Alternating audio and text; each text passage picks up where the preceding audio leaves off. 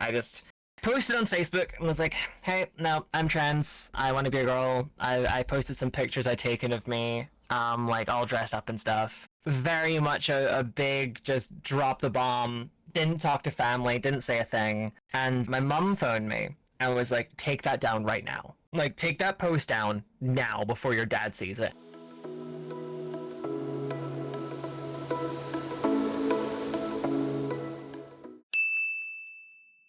Hi, my friends, fiends, and unsavory beans. Welcome to another interview. This is the Ashley Voice Quills, even though she is currently looking a lot like Anya from Mouthwashing. I am Anya Mouthwashing. I like how you said that like a last name. So, I guess, who are you? What do you do for people who don't know, even though your reputation should precede you?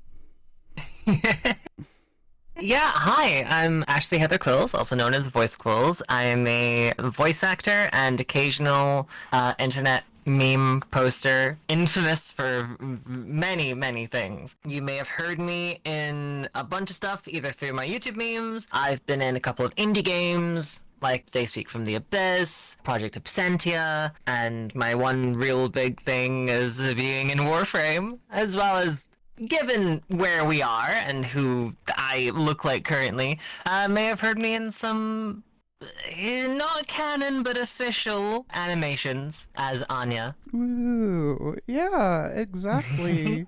That's really cool. You know, my first question, because I was reviewing your content before, and it's a lot of memes I'm and a so lot of. sorry. I'm so I know, sorry. I know.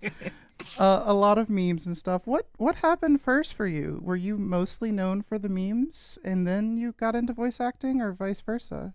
So it was definitely memes first. So basically it was around August 2020. So full swing of the pandemic. And I already had like a decent microphone and stuff because I wanted to be a streamer and play video games, and then I never did it. Also, where I live, the internet is trash. So Mm-hmm. I started seeing posts from Gianni Montegrano and Luke Correa, who are posting like voiceover memes, and I kind of thought, well, I have something they don't. If there's a meme that has a guy and a girl in it, I can just voice both of them. Why don't I do this? Yeah. So I just started giving it a shot, started doing memes, and then kind of thought, well, I may as well try and be a voice actor. And sort of roughly around the same time, started like auditioning on Casting Call Club and that kind of thing. But I was Oh. definitely known more for memes than I were for like any actual voiceover role. I was kind of curious. I noticed, and as a succubi, as it were, I noticed a lot of your early stuff in particular had a sexual context. I was wondering if you did that for like the shock value, the attention. Is it something you just find amusing? Like, what do? Oh, I think part of it could have been because like it's been a long time. I think it was like partly because I just found it funny and like it was kind of part of the humor that I did. I think to a degree I also had the vague understanding that like anything that's kind of sexual tends to get more eyes in it. And I've noticed this trend even later on where there's like some memes I Mm-hmm. do where they have a more of a sexual context to them, and then ones that are still funny. I still love doing them, but there's no sexual context, no sex joke or anything, and they always tend to do way worse. They're like in terms of viewership and numbers and all that. So I think part of me, it was good. I guess a mix of numbers and also I did just genuinely enjoy making horny jokes. I guess I'm curious. Do you think that, again, maybe you haven't thought about it too hard, but do you think the whole like trans woman LOL trope when it comes to being seen as more sexual had anything to do with that attention, or was it just sex, lol? I think I did leverage some of the kind of trans sexuality aspect and kind of use that as I guess a springboard into it because I think Mm-hmm. especially looking back because dear god those videos are like they're gonna be Mm-hmm. 5 years old end of this year, which is Mm-hmm. terrifying to me. My voice work wasn't great. My acting is terrible in those videos, those early ones. First of all, I was an awful. I had like no acting experience, no training. I was terrible. And looking back at it, my voice didn't pass as well. Mm-hmm. So I think I did kind of end up leaning into like Trope. I'm trying how to put this. Guess yeah, Like the the trope of Jessica like Rabbit, like kind of like, hi, how are you? You know, kind yeah, of. yeah, Mm-hmm. like going for like sultry, going for sexy, going for something that's very sexual, leaning into that very heavily early on. Because I think the first ever meme I made was like it was a sexual one. It was a sex joke. I think that just kind of set the bar for my content for a while. And then your legacy is now the McChicken. Oh god, the McChicken. That was a spur of the moment decision that continues to haunt me. But I can't give people too much stick for continuing to bring it up because on my Twitch channel, the channel points are chicken sandwiches, and then the wonderful artist Tato Drudis, Mm-hmm. I commissioned her to do some art of the McChicken giving birth to my mascot's Oh, child. So yeah, oh, and oh we my made that god. and posted it exactly 9 months later after the McChicken video was put live. That we like I think it was another friend of mine, Jamie. She pointed out like, oh, it's almost 9 months. I was like, oh, I've got an idea. that is some top tier meme, like lady, like boom. I love that so much. I guess like how so you mentioned a website which I didn't hold because I have ADHD on how you kind of transitioned from this like meme kind of world into actual voice acting. Can you give the audience or chat I should say some idea on how that kind of happened?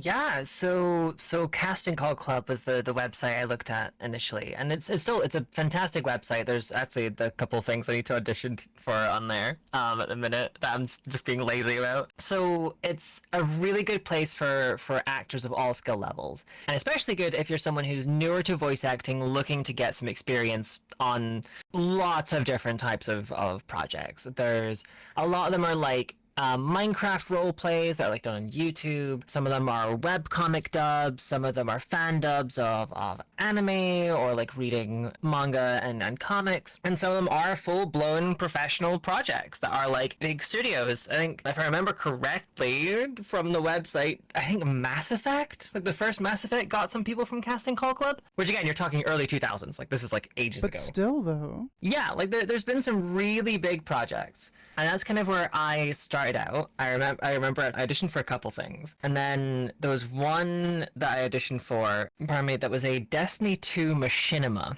And I auditioned for the role of Kairos, who was a female character, not even specifically trans, they were just a woman. And I auditioned, and I remember being absolutely blown away that I was cast because I I actually looked at the clips recently, and oh my god, I was so bad.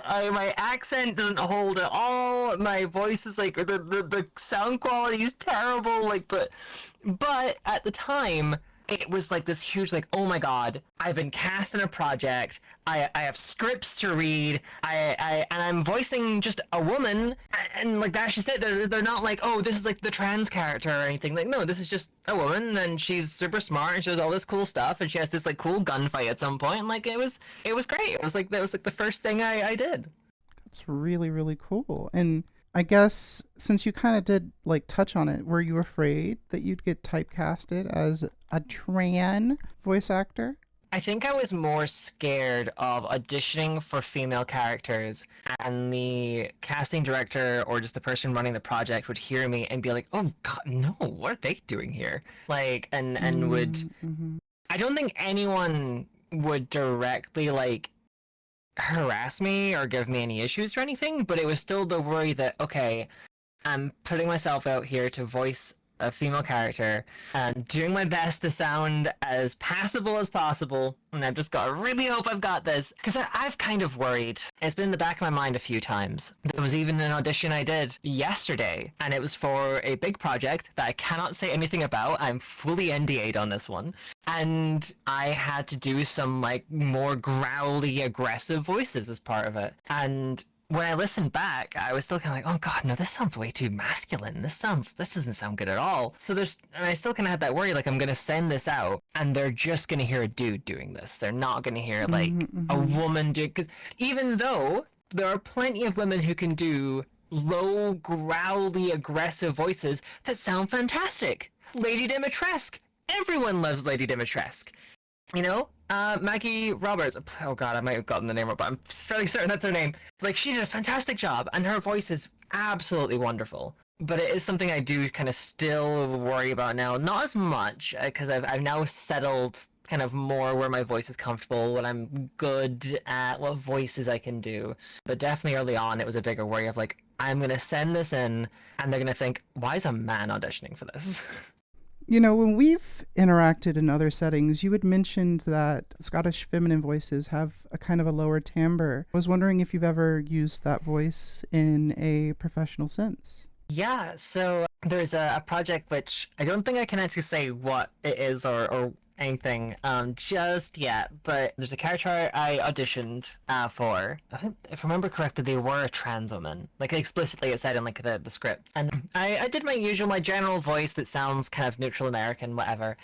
And then I did a take where I did Scottish. And so they're not going to expect it. They don't listen to specific accents, so why not?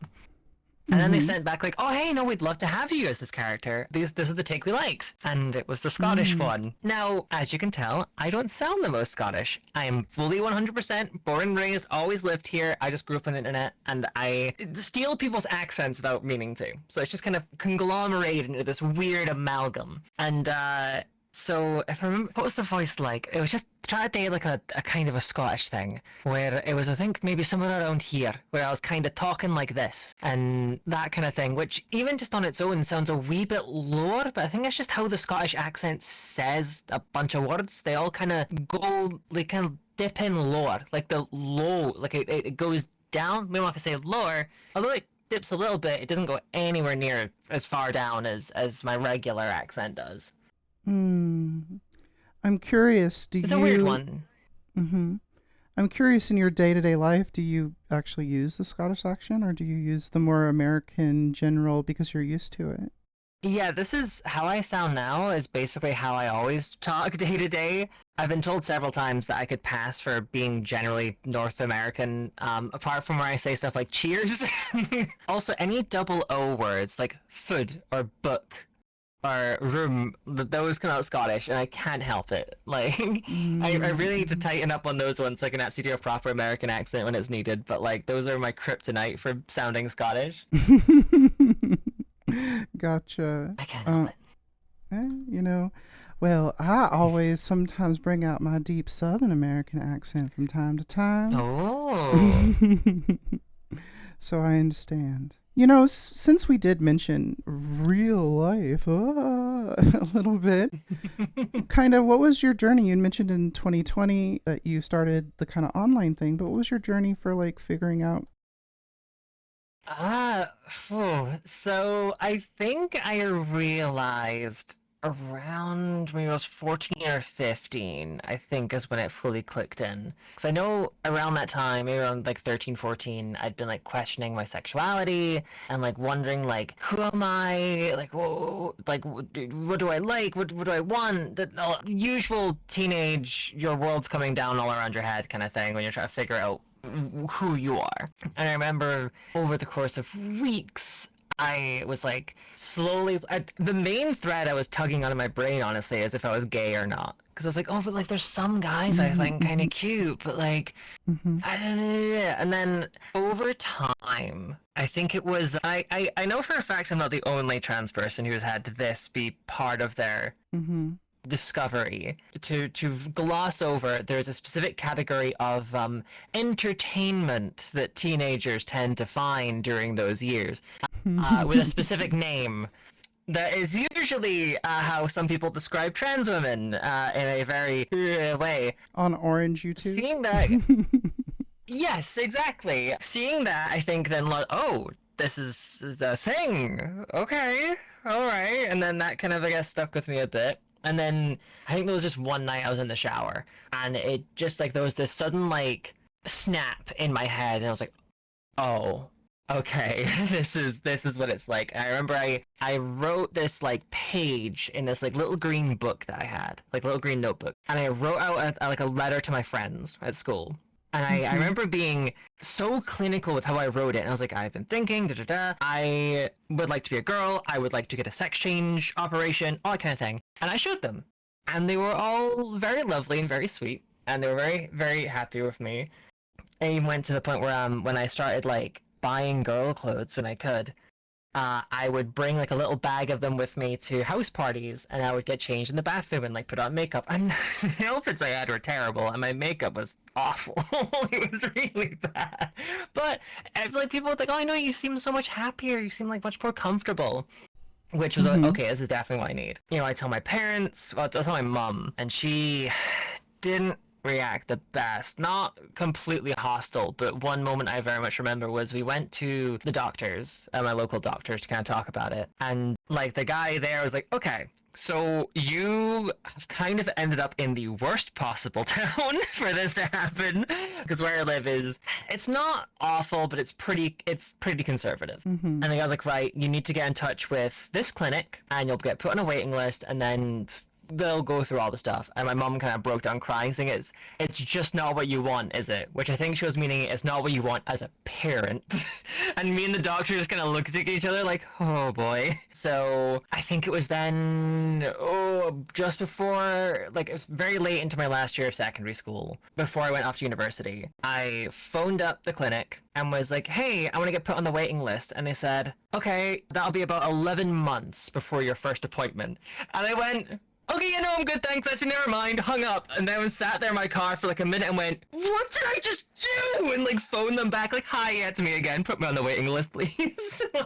Full on panicked. I realized like I just turned them down. What is wrong with me? Yeah, and then it went kind of okay from there. I went to university. I told my flatmates in like the first 2 weeks, because oh my god, I forgot about this bit too. I had changed my name on Facebook to be, I don't want to dox myself for my Facebook, even though I never use it. But like, I had used the spelling of Ash, like with an E on the end, because that was originally what I was gonna go with my name.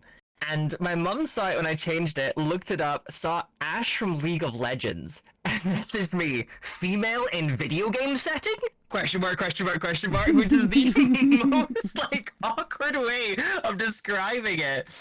So yeah, when my flatmates added me, they were like, oh, why's your name Ash? And I was like, well, may as well just rip the band-aid off. And they're like, okay, yeah, cool, that's fine. Oh, nice, Mm-hmm. cool, you could tell us. So, I started, like, when we went on nights out and stuff, I presented Femme. There was one night, I in a moment of, I don't know what to call it, I guess maybe a breakdown, I don't know, I just posted on Facebook and was like, hey, no, I'm trans, I want to be a girl. I posted some pictures I'd taken of me, like all dressed up and stuff. Very much a big just drop the bomb. Didn't talk to family, didn't say a thing. And my mum phoned me and was like, take that down right now. Like, take that post down now before your dad sees it. And I was like, no, I'm not gonna. This is it. Like, this is me. He saw it. Cue a massive family breakdown. Oh no. Apparently he was like massively depressed. He wasn't eating, all the rest of it.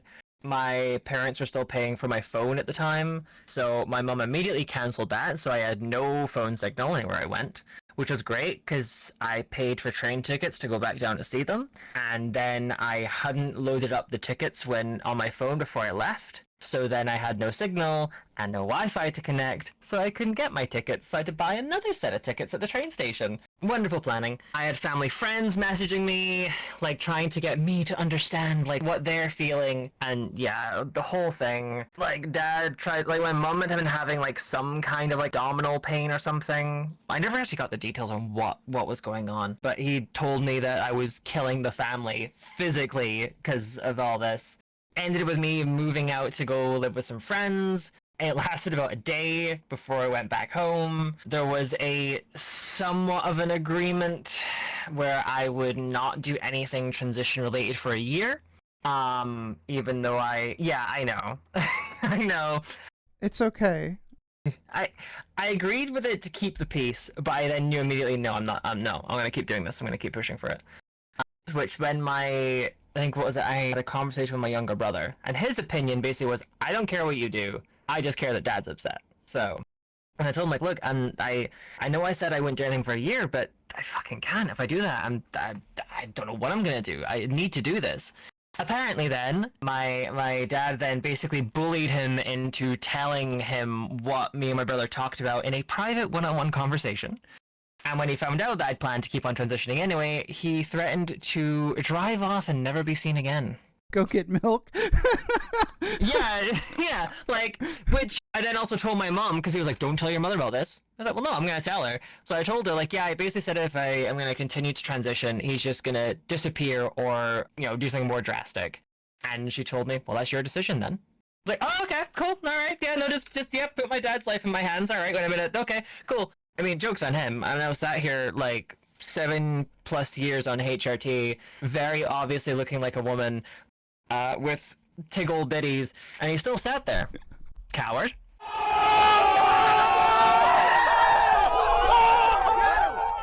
Yeah, so had appointments, got on HRT, and then just things kind of went from there. I started to get an actual fashion sense and know what works.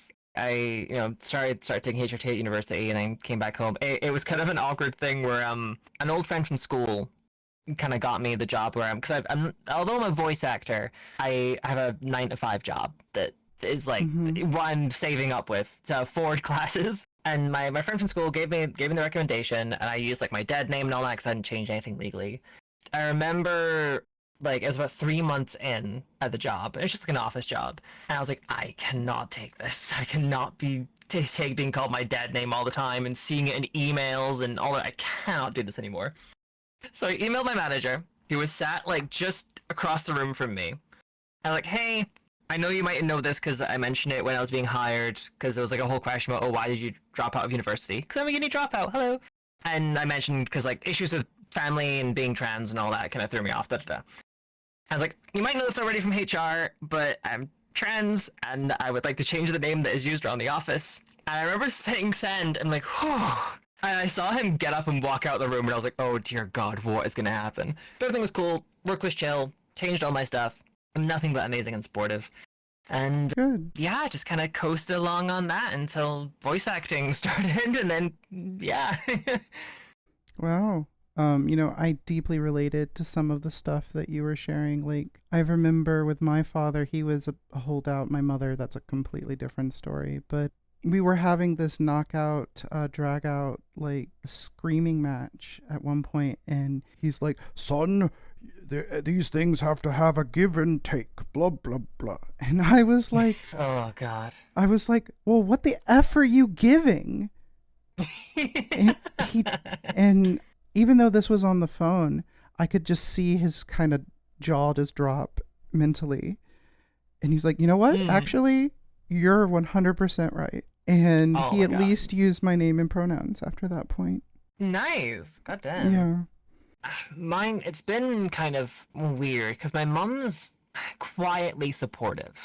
In that, like, when for Valentine's Day, I was sorting out a gift for Lauren, my girlfriend, who lives over in the States. And I got this, like, big card with commissioned art of us as, like, Signalis characters. And I made, like, a whole OC replica for her and all this kind of thing. And I'd left on the inside where there'd been like a portrait of the replica that like I got art commissioned for. I put a bunch of lipstick on, left a big lipstick kiss, sprayed on some setting spray, and then but I tested it a few times on the envelope, and then I was like getting it ready to send off, and Mom was like, oh, the envelope, because they sent like the big envelope that came in, and then an envelope in that you're meant to put the big card in. She was like, oh, if you're shipping it overseas, the normal envelope's not going to be sturdy enough. You'll need to use the exterior one it came with. I was like, okay. And I like quickly tried to scrub off the lipstick kisses. And then, but I brought it down and she could still see. And she's like, what are those? And I was like, yeah, so I put on a bunch of lipstick and kissed them. And she thought it was cute. And she even like, when she was writing the pickup and stuff on it, because her handwriting's way better than mine, she did some like love hearts around like the smudged up kiss marks. And say, oh, from Ash. And I was like,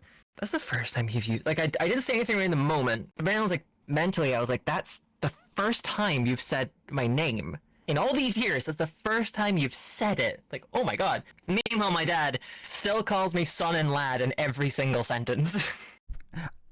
Okay, chat, Chat, chat. If you see like Quills's Twitter, she slays, absolutely slays all the time.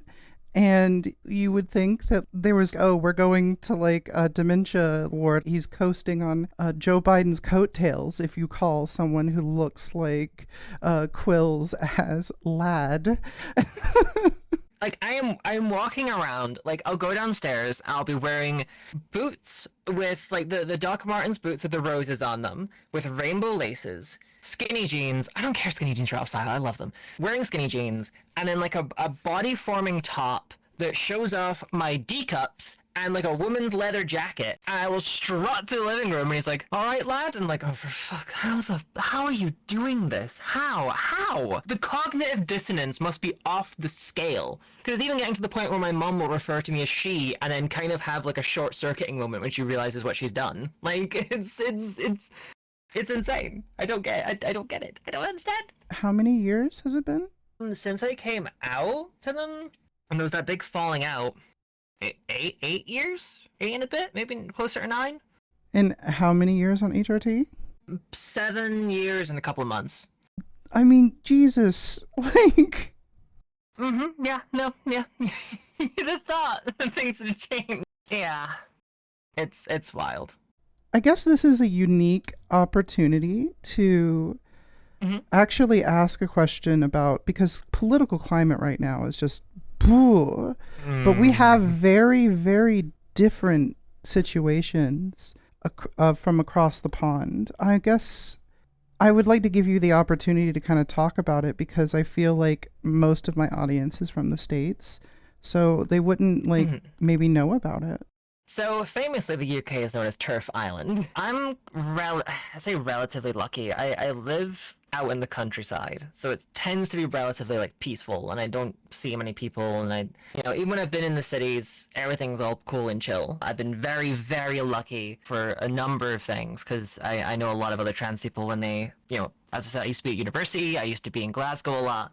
A lot of people have had some pretty awful experiences presenting in public. I've somehow been really lucky and avoided that. In terms of government and stuff, Scotland tried to do a really cool thing where rather than waiting like 2 odd years to get a gender recognition certificate, which is basically like the official document in the UK. So for example, I am on my passport and on my driving license, I'm marked down as female. But in terms of things like HMRC, which is like our IRS kind of thing, like our tax and our revenue and stuff, they still view me as male. Like, if I try to get married, I'm still male on the marriage certificate and stuff. Stupid stuff like that. And in order to change that, you need a gender recognition certificate, which, if I remember the process correctly, you basically just send off an application to a bunch of lawyers and doctors who you don't meet, they don't meet you, and you're just like, hi, this is me. I have gotten this changed, I've got that changed, I've been doing this for so many years, I've done this, I've done that, and then they decide yes or no. Arbitrarily. No chance to convince them, no meeting them, no nothing, nope, they just decide for you. Scotland was introducing a bill to change that, so instead of it being this big long waiting list, it was just like a 6-month period. You basically needed to have been doing stuff for transition for like 6 months. Not even like lived experience or anything. They were gonna cut down the restrictions way, like to make them so much better, so much easier as a trans person. That bill was about to go through until Westminster. So in the UK, the Scottish government is devolved, which means Scotland can decide a bunch of stuff, like we have different drink driving laws, there are different tax laws, there's all that kind of stuff. But if Scotland tries to pass a law that Westminster, the Parliament in London, unlike the UK Parliament, deems to be against the interests of the UK, they can invoke what's called Section 35, which blocks it. They invoke Section 35 on the basis that having easier to access gender ID changes would be a national security risk. And guess what? It worked! It blocked it! So, no, that change didn't get to happen. We, of course, have the haunted Victorian doll of a health secretary called Wes Streeting, who is all like, oh no, I love LGBT people. Like, I'm gay myself. I have a husband. Which, like, okay, cool, nice. So why did you call an emergency ban for puberty blockers on under 18s when there's, like, 100 under 18s on puberty blockers for transition, and then decided to uphold it to like 2027? I don't get it. It's so needlessly cruel. And then you've got J.K. Rowling, which, dear God, she's living in the Resident Evil 7 house at the minute, so ladies surrounded by mold. I think in general, politically, the UK is a trash fire for trans Yeah. people. There's a lot of annoying bureaucracy. I mean, hey, I even had to deal with a little bit of it because my local doctors, when I had to change my passport, I needed like a bill or a bank statement with my name on it. I needed a letter from a doctor and, oh God, something else. Some other bit of documentation. I can't remember what it was. And when I tried to get I emailed my doctors like, hey, I need a letter saying that I am transitioning and I want to change my name and stuff legally on these documents. And the receptionist was just like, no one can do that. I'm like, it's just a letter with these two sentences. Well, no one's available to. And I was like, all right, bet. And I just phoned up like, hey, can I get an appointment with a GP to talk about a letter? Like, yeah, sure. Went and I got a phone call from them. They're like, yeah, what do you need? Can you do this letter? Yeah, sure, no problem. I can just do that now. I'll be ready for you to pick up tomorrow. Like, just this one receptionist was being a pain and was trying to stop me from getting all these documents changed for no reason. Same receptionist I've emailed 3 times to change my title from Mr. to Miss, and it has been ignored every time. I've heard that's so difficult, and sadly, on the other side of the pond, we are now getting more legal pushback as well, in so much solidarity with literally the executive orders that are passing in the States right now, like, are just like almost 1-to-1 with the BS with like the Cass report and like all of that kind of shenanigans of just being like concerns, da da da da da. Yeah, it's so infuriating. Like, it's so my girlfriend Lauren, she's also trans, and we normally like our kind of thing was we were hoping to go to TennoCon, which is the Warframe convention that's in London, Ontario, and because that's like the first time we met in person was there in 2023, and then we went together in 2024, and now it's one, I didn't get a ticket because they sold out too fast and Eventbrite's awful. And two, there are all the stories of trans people having their passports taken away when they land back in the States, when they go somewhere else. She can't risk going anywhere in case that happens, so... Yeah. I have very strong feelings about the current Trump administration that I cannot say. It's okay. There's a digital link that supposedly all trans people have as part of the hive mind, and we are getting that data right now. It's okay. I do have a question, though. Did you end up having to go the private route because of the waiting list?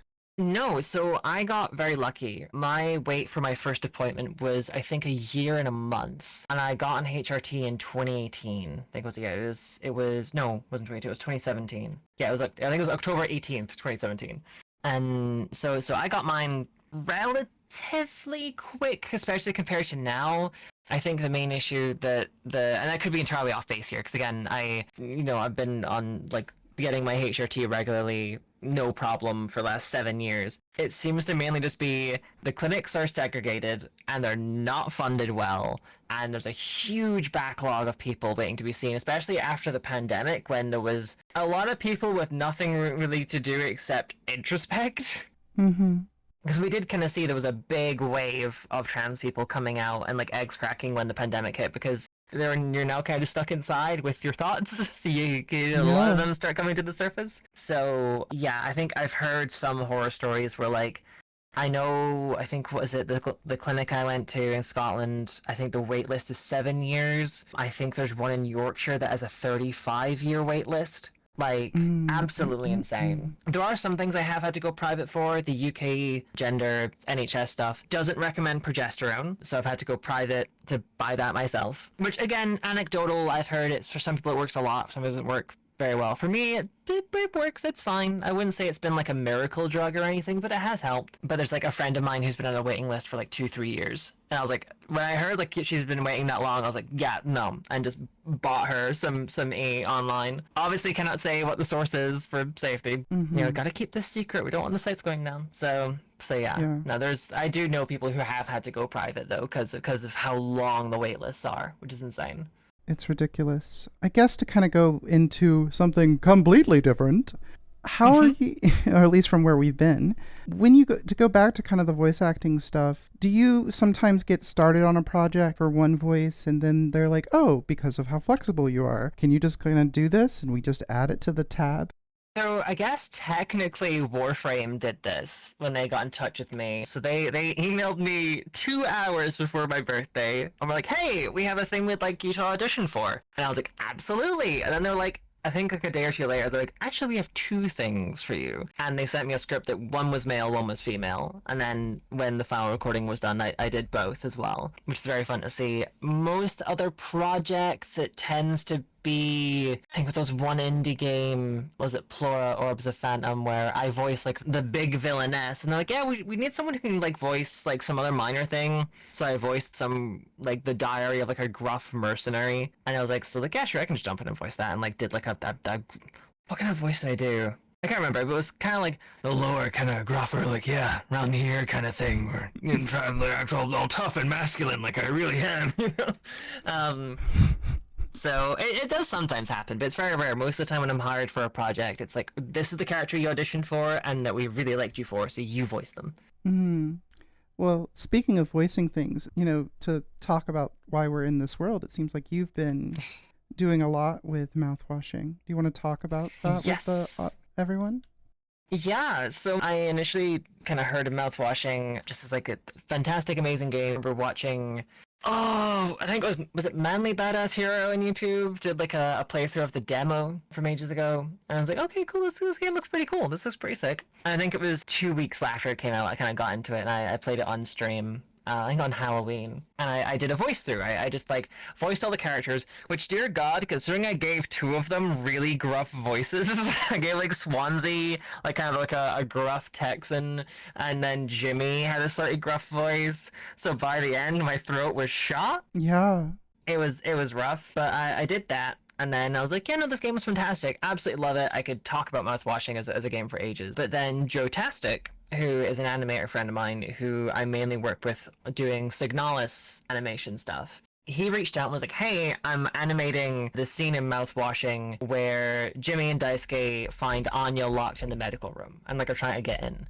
But he's going to animate it from Anya's side of the room." And I was like, okay, I'm down for that. So in that instance, I voiced all three characters. So I voiced Jimmy, Daisuke, and Anya. And apparently people just really loved my Anya. Like, people really loved how I voiced Anya. Of course, there were a few, especially on like when we did the Steam Awards promo, which was amazing when like I got approached. I don't want to just voice everyone again. And then like I got to bring in some friends. We need to bring some proper variety in here. So I asked some friends of mine if they wanted to jump in and voice them. So I had, what was it? Jack Vox, my friend John voicing Swansea, and then Segi VA voicing Jimmy. And then I voiced Daisuke and Anya again. And again, people loved my Anya. They were freaking out over it. So yeah, I was voicing Anya. And then there were some turfs and other general extremely strong word inserted here who were saying stuff about me about how it was awful for them to bring in a man to voice a woman who had gone through the trauma that Anya goes through. Spoilers, but it's awful. Play Mouthwashing, amazing game, but it does cover a lot of very sensitive topics. But such a tiny minority, and the overall reception was absolutely fantastic and amazing, and it was crazy to see people like I saw one person for Daisuke, the lines I did in the Steam Wars promo, cosplayed him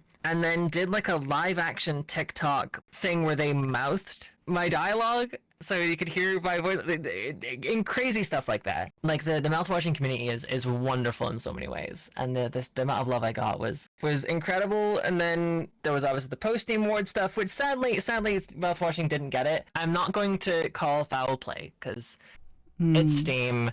People are gonna pick like the biggest thing they have, but outstanding story rich game going to Wukong? Really? I haven't accepted any of the other ones, but Wukong, really? But still, congratulations to the winner. And we got to do a fun animation of like the red carpet afterwards, which was great. And yeah, it's Anya kind of became, I guess, like another, I don't want to say mascot character, but like a character that a character from a game that didn't really have a voice, that then a bunch of people in the community associate my voice with. Like, I know in Signalis, it's a bit split because I voiced a bunch of stuff there, but I know there's a lot of people who see me as, like, I'm in their head, like, the official voice of Elster, or Ariane, or Falke. With Mouthwashing, it's a little closer to being official, but it's not. There is no canon voices, as, while the animations are, they're not quite official. They're definitely not canon, to be They're clear. They're not soft. canon. They have some blessing Soft from the official. developer. Yes, the developers reached out. Yeah, they reached out, asked Jotastic to make them. Jotastic asked us to voice them. So there's a bit of a chain going on, but it's not official. I am not the Anya mouthwashing. I would be honored if they did ask me to be like the official voice of her in some capacity. That would be absolutely incredible. But Hmm. until the day they officially say, I cannot say I am the voice of Anya. You're the soft voice of Anya, which The is soft voice of Anya. considering all of the her stuff. I think maybe she deserves some softness. She does. Anya deserves the world. I guess. How did you? Because like you are such a successful content creator that you successfully did the makeship thing. I Yes. guess. Why don't you kind of talk about your rise on YouTube other than being a meme lady? It kind of snuck up on me because I started posting like this is an old account that I like rebranded. I know a lot of people looking back in it, I should have because I know there's the whole thing where if you make a brand new YouTube channel, it's like looked upon more favorably in like the algorithm. Meanwhile, this is like an old account I've been using for years that then like I've like spruced up and rebranded. I just started posting and then I think it was how far in was I? I think I was like 4 or 5 months in when I realized that I'd like posted a video a day and I'd kept that streak going for like 4 or 5 months. And I was like, okay, well, I may as well just push through and make a video a day. And like some of them were super easy. I would find them, voice them. Some days I would search for hours to find something that I felt like was like I could do something with. Or ones I'd pick, voice, and then spend like 4 hours editing. Mm-hmm. And that consistent upload schedule of a video a day really skyrocketed me. I remember I kind of exploded from like around 10,000 subscribers to like 50,000 in a few days. And then like a week later it was 100,000. And then like a month later it was 200,000. Like it was just exploding exponentially. Multiple videos getting like millions of views. I'd post some videos and within the first few hours it'd already gotten like 200,000 views. Stuff like crazy. I guess partly it's just the uploading daily, partly it's probably just luck. Mm-hmm. I was gonna say, and I mean the whole like you did do things that sell, right? We talked about that. Yeah, there's certain content that definitely sells more than others. So some of the more esoteric or more niche or just less sexual like content tended not to do as well. There's still a few that did really well. There was one video I did with Funny Wes, which was like a Metal Gear Rising meme, and that's done fantastic and amazing. So it's not a complete like absolute rule that just because something isn't sexual doesn't mean it's not going to do well, but it's just more likely to do well if it is. And yeah, Mm-hmm. it completely blew me away. Like I had no idea that I'd ever get that big. I still kind of don't get it. I think now that it's kind of been settled for a while, I'm used to it, but it's Mm-hmm. still so crazy to me that out of everyone, why me? I guess is how I'd put it. Like I posted stupid memes and like posted stupid stuff on Twitter and just tried doing some voice acting and here I am. I don't feel like I deserve it to a degree. Like I don't know. I don't see what I guess people found something in me that was special enough to like follow and subscribe and stuff, but I still don't kind of get it. Well, I mean, you make entertaining content. I do have a question though, because of your plushie. Are you a scaly? Okay, this is a question I get quite often. I never really know how to answer this one. So, okay, there's the what's what I'm looking for here? Is it entomological? The whole thing of like words and meaning. So pangolins, because that's what the kind of the mascot is. They're a pangolin. Because they're my favorite Mm. animal. Pangolins are the only mammals to have scales. But when you Huh. say if something's a scaly, you would go to like snakes, lizards, dragons, that kind of thing. So it's whether you accept pangolins because they are scaled mammals under the scaly tag, or if they just slot into the generalized furry tag. On the other hand, so I don't really fight it when someone calls the Quills Pango Girl, because that's kind of just what I've ended up naming her. When they say that like she's a fursona or like she's a sona of mine or an OC, I don't really fight it or bother arguing because I don't really care. I guess. Like, to be fair, she was only made because my friend Lai one day just decided to go like, "Hey, your favorite animal's a pangolin. I've drawn you as a pangolin," and I was like, "Oh." Okay, cool. This is great. This is fantastic. And then that kind of just became part of the branding because I also drew the Voice Quills logo and did the little chibi versions that I use as my Fugi reacts and stuff like that. I wouldn't say she's like a Sona. I guess I have dubbed a bunch of Yoiz Abadias's work, and he is very much a scaly. So I guess maybe I guess maybe to some degree of association I fall under scaly, but it's not like a. You I don't don't have a. I don't have a scale Sona or anything. I don't have anything like that. I this of course isn't me saying that it's bad because that was fine, whatever. I don't care. I just think personally for me, I'm not one. But I wouldn't fight it if someone were to say that the Quills Pango Girl's a first Sona or whatever. I'm like, yeah, sure, whatever. If someone were to drop a suit at your door, would you wear it out? I'd try it on. I'd definitely try it on. I'm not passing that up. Do you know how expensive those things are? I'm not passing that up. I'm definitely gonna try it on. Alright. Cause yeah, I guess I'm not really interested in having a fursuit or anything. I don't know. Hold on. Would I do if it was scales though? If it were scales instead of fur, would I do it? Maybe. This is gonna start cracking a whole new egg. Yes. Oh God. By the way, actually, someone who is important to me, they didn't think that they were a furry or a scaly or whatever until someone actually saw chainmail scales that you can put on. Oh, those things. Yes. And then it clicked for them personally. I've seen those and they don't quite get me, but I think thinking on it, I think it's because they're too clunky. They're too. I think if I was gonna wear something like that, it would need to be very. I know there's that whole thing of if you are a big top or a big bottom person for clothes you wear. For example, my girlfriend's a big bottom person. She likes wearing like crop tops and small things on the top, but she has the biggest, baggiest pants possible. I am a small top, small bottom. I like everything being form-fitting. I like everything being close to the skin. So if I had I guess a scale suit that was like that was very wasn't chunky, wasn't big and weighty, but was very close to the skin. Maybe I don't know. Maybe that'd do it for me. Maybe that would work for me. Attached to a pressure suit of some kind. Ooh, maybe. Oh, tail snap. Does sound kind of sick, honestly. Snapchat. Let's go. I even know. There's I forget the name of the company.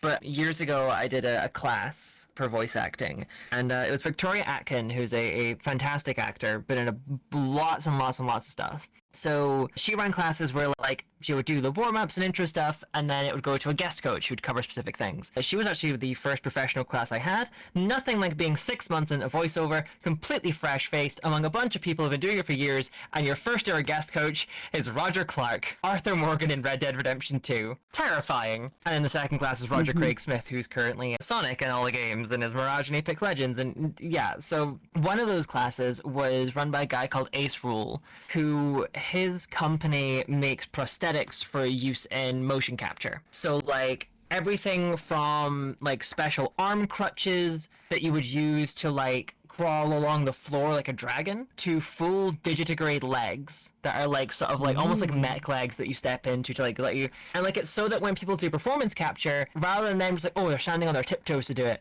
they have a full structure to walk with to really get into the character.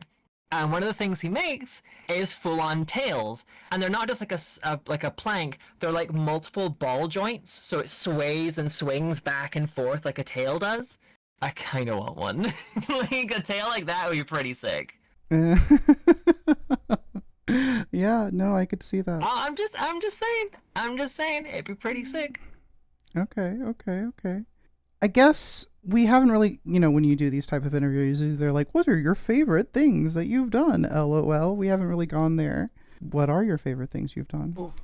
Oh, I have a few. So Warframe is obviously a big one for me. That had been my goal game to voice in for a long time. And I think, not to not to blow smoke up my ass or anything, I make myself like sound incredible, but I think getting there, like voicing in a AAA game like Warframe within like my first 3 years of voice acting was like a huge like meteoric like rise for me to go from like absolute nobody, no industry connections, no family connections, no leg up, no nepotism, no nothing, just no acting experience apart from like a couple of plays in primary school to being in Warframe in 3 years was insane.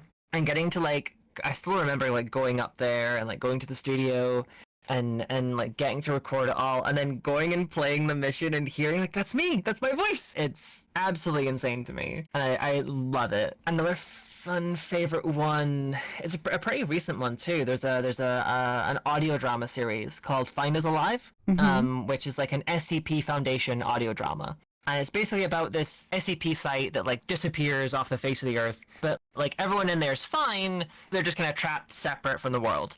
Mm-hmm. And at the end of the last season, I was brought in as a radio operator because like it was like as the credits were coming and like the end of the episode and like the credit music starts fading in and then it fades out and we hear static and my character's voice starts coming through and the chat was losing it because it has like a live premiere on YouTube and everyone's like, "What? What's going? Who? What? Who?" And like freaking out over it. And then the recently the first episode of the new season came out, and the premise of it basically is my character who's in like the real world and fine, trying to contact the site that went missing, but the guy who's meant to be there at the radio, who's like the head of the site, keeps walking out of the room just as the radio comes on. So like it's this constant back and forth, like we're just missing each other. Mm-hmm. Mm-hmm. Seeing the chat, like Lou's like, "Oh my god, please no, Curtel, I'm sorry, come on!" Like, it was so good. I love seeing fan Yeah. reaction to stuff, seeing people love the stuff I do. Because as much as I can, like, there's a mix of like with creating anything. There are times where you make something and you're like, "This is awful, this is terrible," and other times you're super proud and like think it's the most amazing thing in the world. But I think for me, I find it super hard to judge that until it kind of hits other people and I see what their reaction is. Mm-hmm. So to take part in something for like the director and stuff, for the person who's like directing me, and it's like, "Yep, no, this is fantastic, amazing work. They're gonna love you." I'm like, "Yeah, cool, yeah." But it's not until I actually see people react to it, I'm like, okay, they actually do like it. Oh my god, Mm. you know? Yeah, no. I mean, that external validation is really important, especially to like, Yeah. people of our community. It's almost like we're thirsty for it. So it would make sense that it would kind of move into this sphere. Yes, yeah. It's why sometimes I ask for friends or my girlfriend to like jump on a call with me, like, can you like hear this audition just to make sure I'm not like screwing this up? You know, I think I'm going a little crazy in the booth. I need an extra pair of ears in here. Since you just brought up your girlfriend, considering recent Mhm. climate, I assume that maybe the plan was eventually for y'all to connect in the States, but are y'all then going to go to like both be in Turf Island now? Like, what's going on with that? It's we're considering a few options. There's always Canada. That seems to be like the highest potential at the very least. There is the chance that she could come here for a while and then we go to Canada, or maybe we just have to stay here. The UK did back in like 2020 change the immigration laws around marriage and stuff. So before, I think it was you had to make like £18,000 a year, which is a pretty easy enough wage to have for most like 9 to 5s. But then they bumped up to like 29,000, which is like Oof. 5,000 more than I make in a year. So like if I wasn't already living in the UK, I could not move to the UK doing my job as I do now. It's not enough to meet the requirements. And there's the whole thing of if she comes here to work, she needs a work visa, and then like she then need to find a job to then collect like there's a whole labyrinthine mess of bureaucracy and requirements that we'll have to probably jump through those hoops eventually, but I mean, we'll see. If she can if she can get to Canada and I can go join her there, that'd be great. If she comes here and we sort it out, then that's fine. We'll figure it out. It's one of those things where we kind of can't like we're not really gonna stress too much right now because there's so many unknowns. There's so many things going on. Yeah. Like it's probably best just to kind of like okay, keep these ideas in mind, sort of poke where we can to see what we can do, but not like put a lot in this exact minute. Both get in like the best position you can be possible on Yeah, regardless. Yeah, that makes sense. Is there, like, so we've covered a lot of ground in this interview, and I was just wondering, is there anything that you'd like to share with the audience that you haven't yet? Like some poignant message for the current climate, whatever you feel you want to share as we're kind of wrapping up here. Oh God. Ooh. I guess I know things are rough at the minute for a lot of people, and there's a lot of scary stuff going on, and I can't, in good faith, promise that everything's gonna be okay. But there are a lot of people working hard to make sure that things are gonna be okay, and that there is a community out there that you can lean on for support, whether that be just emotional support, whether that be, getting access to HRT, because DIY if you need to. Like, don't, like, there's lots of resources out there to help you. And I know things can seem really bleak and really hard, but things are gonna work out eventually. It might not be the nicest right now, but things can get better. So stick around. I haven't had a chance to say it in a video, but really there are only 4 things you can do in the current climate. You can take care of yourself, take care of someone else, build community, or learn a skill / build a good habit. Everything that you could possibly do falls in those 4 categories. So if you're doing one of those 4 things, you're working on making the situation better, whether it's just for you or everyone. So I guess, where can people find you, Quills? So, you can find me on Twitter at Voice Quills. I'm on YouTube as Voice Quills. I stream occasionally on Twitch. It's Voice_Quills, because of course things have to be different. And also on Blue Sky, Voice Quills. Those are kind of just the main sites, I guess, that I am on. Yeah, that's kind of my main online haunts. Everyone, I just wanted to say thank you for watching this. Please like and subscribe, share it around. During this recording, we actually had 2 people watching, and you can watch for at least being at the $10 a month patron tier. You can come to these recordings and maybe ask a question. Just because these 2 were a little quiet doesn't mean that you have to be quiet. You can ask questions. Thank you so much for that. Do you want to sign us out with something, maybe some words of that you're known for as a twirler? Oh God, I think the usual thing people know me for is when I jump into a Twitch chat and say, "What's pogging, champs?" Which that's like a greeting. That's not. That's I was going to say just like a sultry goodbye or something, perhaps. Yeah, that would work. Thank you so much for hanging out. Goodbye. Bye-bye. Welcome to the magic place of the ink card. I want to give a shout out to the people doing fan art and my $5 plus patrons you see here. Will you please subscribe and ring the bell as well? Check out this video here next. Please do it for me, sweetie. Mwah.